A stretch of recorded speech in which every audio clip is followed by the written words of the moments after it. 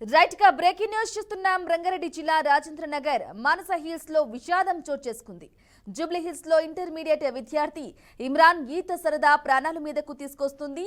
స్నేహితులతో కలిసి మానస హిల్స్ లో సరదాగా గడుపుదామని వెళ్లిన ఇమ్రాన్ కు అదే చివరి రోజుగా మిగిలిపోయింది. ఇక స్నేహితులతో కలిసి ఈత కొడుతూ ఉండగా ఇమ్రాన్ అకస్మాత్తుగా నీటిలో గల్లంతయ్యాడు. స్నేహితులు వెంటనే పోలీసులకు సమాచారం అందించడంతో రెస్క్యూ బృందాలు గాలింపు చర్యలు చేపట్టాయి. సుదీర్ఘంగా గాలించిన రెస్క్యూ బృందాలు ఇమ్రాన్ మృతదేహాన్ని బయటకు తీశాయి. ఈ ఘటనపై పోలీసులు కేసు నమోదు చేసి దర్యాప్తు పడుతున్నారు.